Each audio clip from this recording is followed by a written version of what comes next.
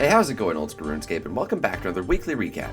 So we started off the week by making a change to items lost on death. So items lost on death will now remain on the floor for 30 minutes, which has made many people very happy. That being said, this is just a temporary fix and will be reverted back to the normal system once the network issues are dealt with. Moving on, we have GameBlast 15, which is a 24-hour non-stop livestream dedicated towards raising money to support gamers with disabilities. Starting this past Friday at 12 PM GMT, it finished just earlier today around noon. And there was some serious entertainment, including bot busting with Mod Weth, Ronan, and myself, Mod Archie, but also some special appearances from Bodhi, Skillspecs, and AOA2. In fact, the highlight of the stream for many was when Skillspecs sacrificed his own eyebrows and ate a ghost chili pepper for thousands of dollars being raised for charity. 3, 2, 1. Oh! This man deserves a medal, and that contributed to the grand total of over $50,000 being raised for charity. Absolutely amazing.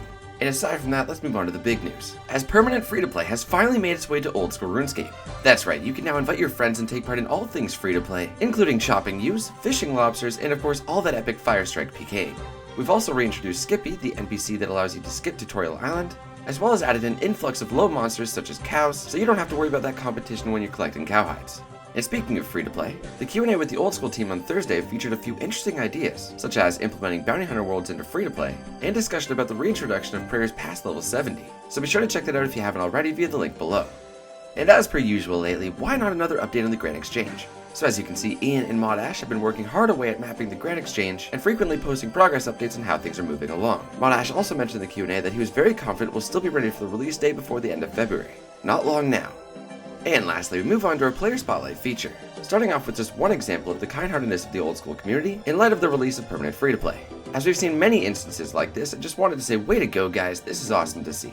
Moving on, LAX decided to give turning the UK into RuneScape a go, as you can follow his progress on mapping UKscape, and it really is quite intriguing. And lastly, taking the 2007 Scape Reddit by storm, it's Darden RS's comics on his epic adventures in RuneScape, and he's created hundreds and hundreds of these images and they really do tell quite a story. So be sure to check out all of the Player Spotlight features via the links below. And aside from that guys, that about concludes this week in Old School RuneScape. So well, thank you for watching and be sure to subscribe to keep up to date with the game.